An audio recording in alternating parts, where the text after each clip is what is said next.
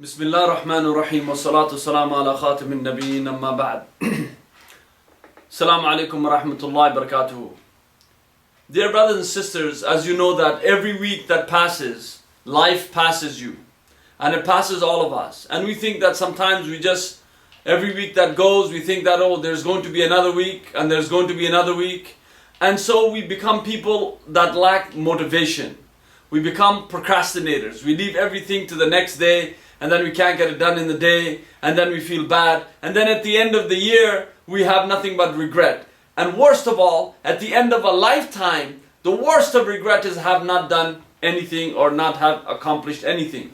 So today I wanted to touch the fact that how we can motivate ourselves, because Muslims also are supposed to be motivated people. We're not supposed to be a depressed bunch. So first and foremost, you have to have a vision.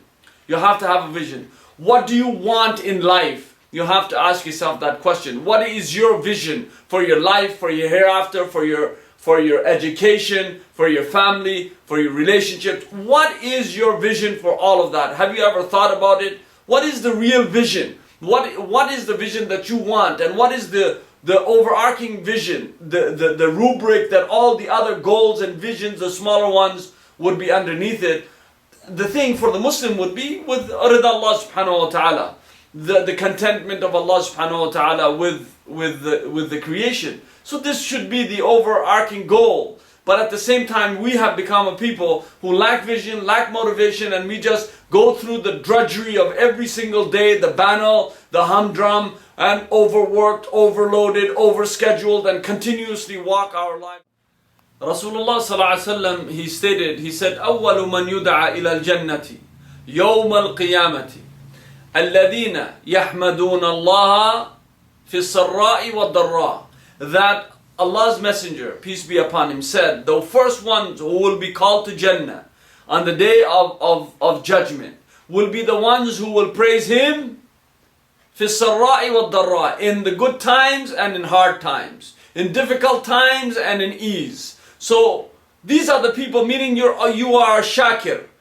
So you are somebody who is always giving thanks. You are always somebody who's giving praises to your Creator. And that means that you have contentment in life. And you are somebody who's motivated. So first and foremost, life. How do you want to live? How is it that you want to live? We always want to have, we have this fear. We have this fear. What will happen? What will happen? I don't know what will happen. So most of it, as one of the philosophers said, most of the fear, 99% of the fear has never ever happened to me. Meaning all of the disasters that were in our mind, this will happen, that will happen, it never really happened. Because this is how the human being conditions itself, fear. And you can see even in all of these horror movies with blood and guts and all of those things, that there's always this kind of a music that puts fear. And there was a study done where they showed small little chicks. They played a scary movie for the small chickens. So they were there and playing this scary sound for the small chickens. And when the child was watching it, got frightened of the small chickens. And then they played this nice little, nursery rhyme thing that for the snake. And when the child saw the snake, meaning on the television, the child had no fear and apprehension. So after a while, when they showed them the small little chickens, the child was afraid of it. And when they showed it the snake, the child was not afraid of the snake. So it is that music also terrifies you. So this fear of the unknown. When Umar, he met Abu Ubaidah ibn Jarrah radiallahu anhu, may Allah be pleased with both of them. They went to his house, and Umar, he saw only that he had a few things, 4 things. He had his lance, he had his saddle, he had his shield, and he had his sword, and that was it. That was in his house. Very simple. That's all he was. It was nothing there. Today we have everything. We have this plasma television. We have crystal goblets, and you name it, all jam-packed, not even being used, but yet we need to have it. All of this over-consumed kind of attitude. And therefore you can see that if your life is simple, you will live for a greater purpose. So what is the vision for life he had? Now if you look at Umar radiallahu anh, also he asked the people, he said, make a wish. So they said, okay, we wish for a house of gold and we'll spend it in charity. And then they said, make a wish, make whatever wish you want. He said, if you had a house of, with pearls and gems and all these things, we would spend it in charity. And then the people got, not annoyed, but they started to ask. He said, well, we don't know what to wish for. What shall we wish for? So Umar, he said, radiallahu anh, may Allah be pleased with him, he said, I wish a house filled with men like Abu Ubaidah. So, meaning to say that one person can really take leadership. And that's what we lack. We lack that motivation. So we have many. Ghutha is sail, like the foam on a torrent. That's all it is.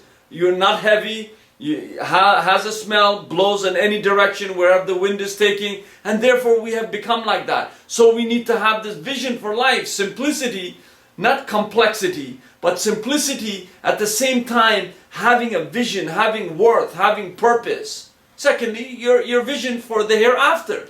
And that's important because Allah subhanahu wa ta'ala says in the Quran, وَالدَّارُ الْآخِرَةُ خَيْرٌ لِلَّذِينَ يَتَّقُونَ.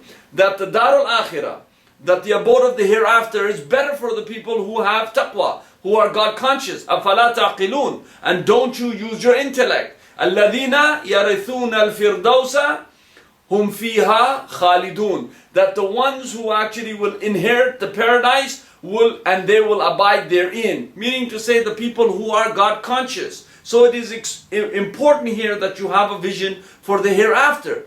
Thirdly, it is important that you have a vision for education.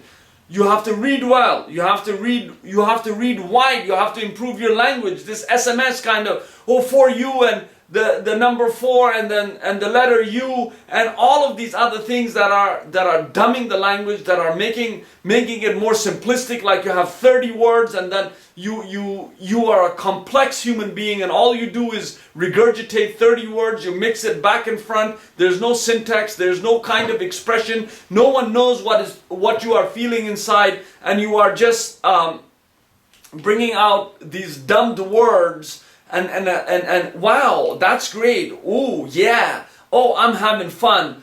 Kind of like that. So I think what we need to do is we need to expand and improve the language. The language base has to be improved. Secondly, you have to expand your writing capabilities. And with the advent of this SMS and iPhone and BlackBerry, the writing has literally deteriorated. It is, even I look at my emails, I don't have any of these gadgets. But even when I look at my emails, I find my emails to be atrocious.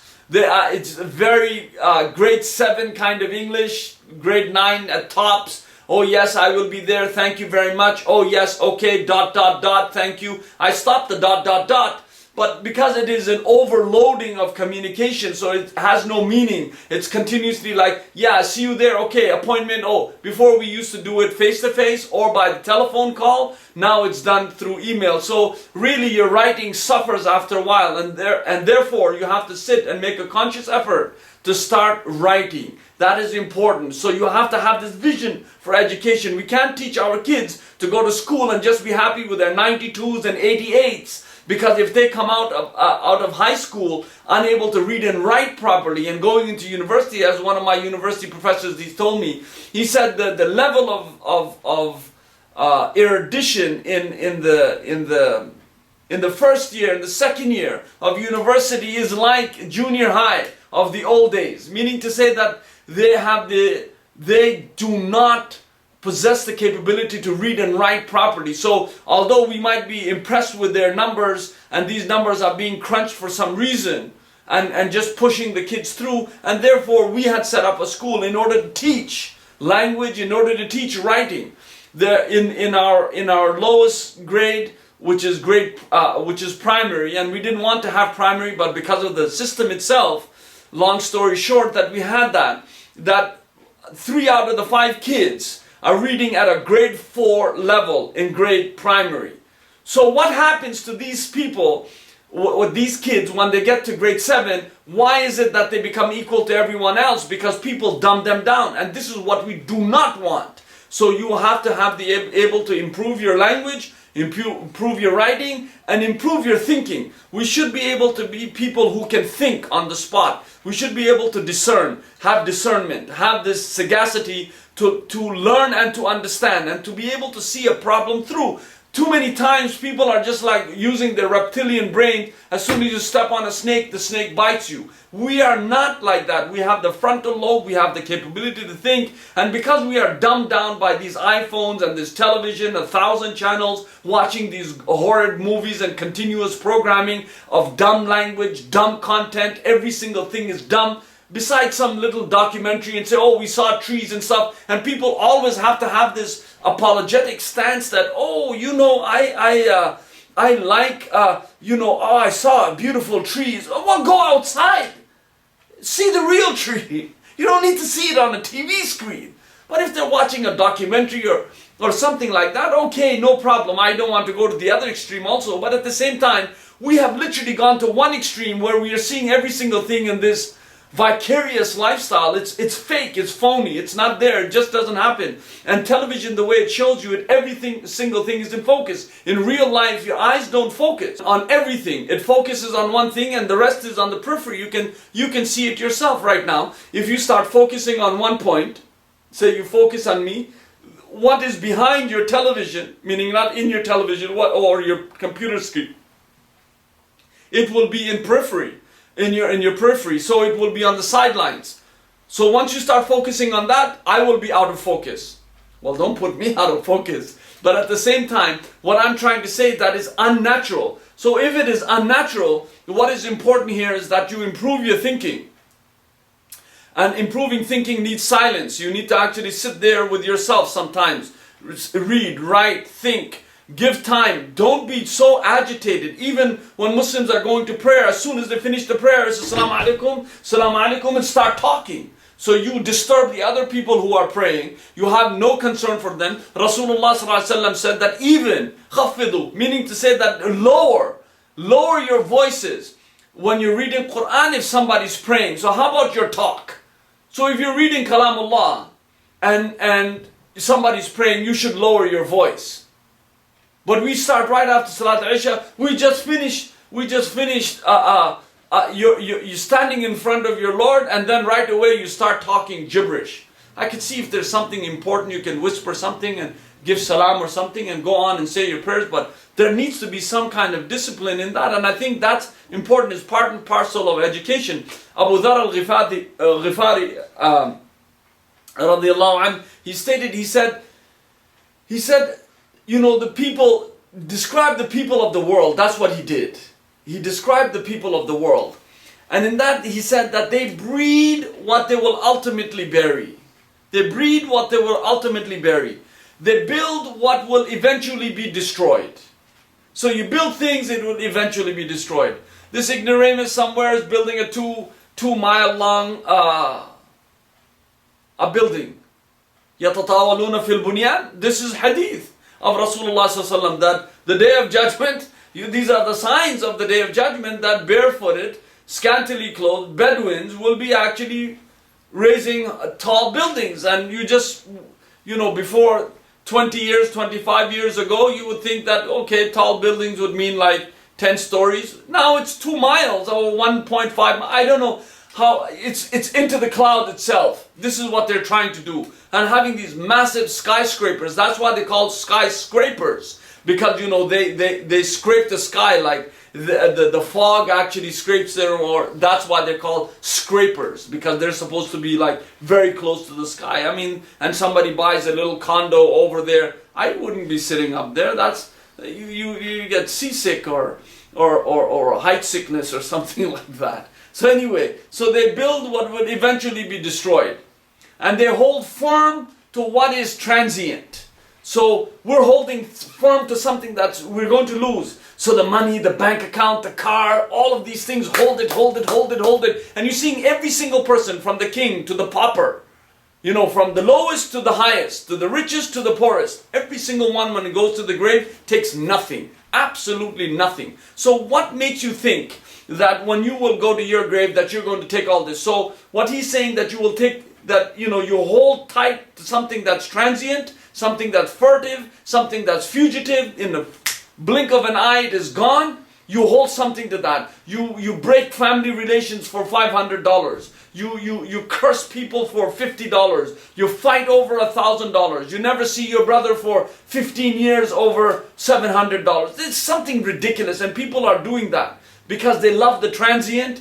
And what Abu Dharr al-Ghifari, he said, radiallahu anh, he said, and they forsake what is everlasting, meaning the hereafter. So you put all of your energies, as Rasulullah ﷺ said, that the dunya compared to the hereafter is like putting your finger into the ocean and just see when you take your finger out what is left of this ocean, meaning to say that this is the dunya and the ocean is the hereafter. So the wetness on your finger is the dunya itself, and the ocean is the hereafter. So we can say that over and over again, but it doesn't actually have any kind of resonance with the human being. Hence Abu Dharr al-Ghifari radiallahu anh, he stated, he said, the two cries of people that they hate the most, meaning people who hate these two cries, two statements, two words, is death and poverty. Because people do not like to let go of their possessions. Everyone and everyone, there's no, because it is the fear of the unknown. What will happen? For the Muslim is like, okay, did I compile enough good deeds? Did I do the right thing? Or will I be forgiven? So it is a very scary part. Death and poverty is extremely scary because poverty is something that impoverishes you and you cannot be dignified. It leads you towards disbelief because you can do a lot of wrong things just to keep your stomach satiated. That's why the Messenger of Allah, peace be upon him, he said that the best of sadaqah, the best of charity is to feed a hungry stomach. Actually, he said feed a hungry liver. And that's very scientific because the liver is the one that gives the signals to the brain, not the stomach itself. But what it means in the context of the hadith itself is that it means that the stomach is hungry. So to feed a hungry stomach, that is very important, the best of sadaqah. So therefore, death and poverty are the two cries that the human beings hate the most. Now, that should motivate you. You need to have that vision. Vision for your education, vision for your hereafter, vision for your life, vision for your family. خَيْرُكُمْ خَيْرُكُمْ لِأَهْلِ أَوَانَ خَيْرُكُمْ. Best of you are best to the family and I am the best of you. So vision for your family. What is it that you want? إِنَّ لِرَبِّكَ عَلَيْكَ حَقٍّ. Verily your Lord has a right on you. وَلِأَهْلِكَ عَلَيْكَ حَقٍّ. And your family has a right on you. And Rasulullah ﷺ, this was Salman al-Farsi narrating the story of Abu Darda radiallahu anh, that all of these things have a right. Your family has a right, your Lord has a right, وَلِنَفْسِكَ عَلَيْكَ حَقٍّ, and your soul has a right on you. فَأَعْطِ ذِي كُلَّ حَقَّ حَقَّهُ, meaning, and give every single thing its due right. So that is important here. So you have to have the vision for the family. How are you going to raise your kids? What are you going to do? So you are a motivated human being. So that's the first point in motivation, is to have a vision. The second point to motivate yourself and to get out of this depression that you're in and to really do something and be somebody of worth is to leave your comfort zone. Because too often we stay in our comfort zone. I can't go to the masjid. Oh, it's raining out a little bit. Oh, it just snowed. It's too damp. Oh, I don't know. Oh, all of these excuses. Comfort zone, comfort zone. You just want, I'm busy, akhi, I'm busy. Busy doing what? What are you busy doing? Watching your programs? What are you busy? Really, I want to know, what are you busy at? One time, I usually take the excuse, but one time I was upset and needed help. And I really pushed. I said, I want to know what you are busy with so that I may be able to give you that excuse. You told me you are busy, I want to know, what is it? At the end he said, I want to watch some TV programs. So this is what busyness is landed us in. So we are stuck in a rut. So what we have to do here is to get out of this comfort zone. So in this matter, we have to learn to come out.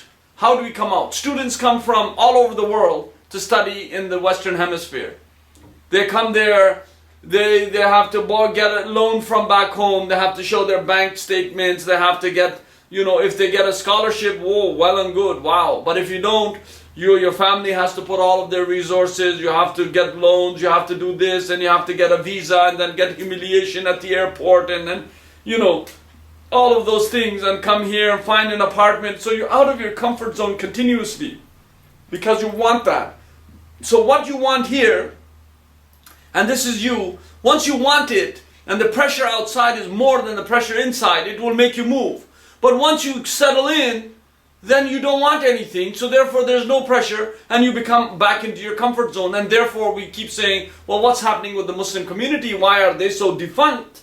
Why are they so lazy? Why are they not doing anything? Well, there are brothers and sisters who are working and doing fine work, but at the same time, how are they going to propel themselves to come out of this comfort zone for the vast majority of us who just tend to just stay home thinking that, yes, we're going to build a community? Well, we're just not going to do it. One or two volunteers here and there on a committed basis is just not going to cut it. It's just not going to cut it, and so we are not thinking for a long term, and this is not the time and place. So this is the time to talk about comfort zone. So these students, they come, and when they get involved, that's it. It's all over after that. Then they also come into their comfort zone, and then therefore they do not seek new things in life. So if you start seeking new things in life, it will come out. You will come out of the comfort zone.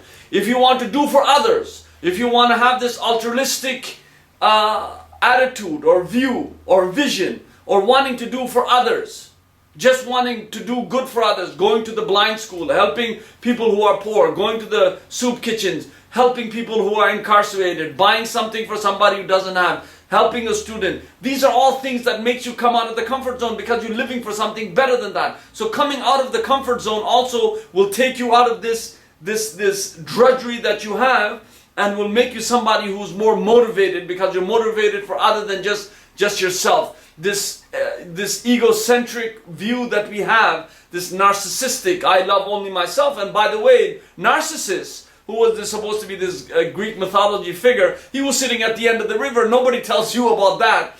You know, it's not an Indian movie, by the way, where he finds the lady and then they sing a song and they happily live ever after. No, he was sitting at the end of a river, looking into the river, and then he had his lady with him, and he was disinterested in the lady, you see.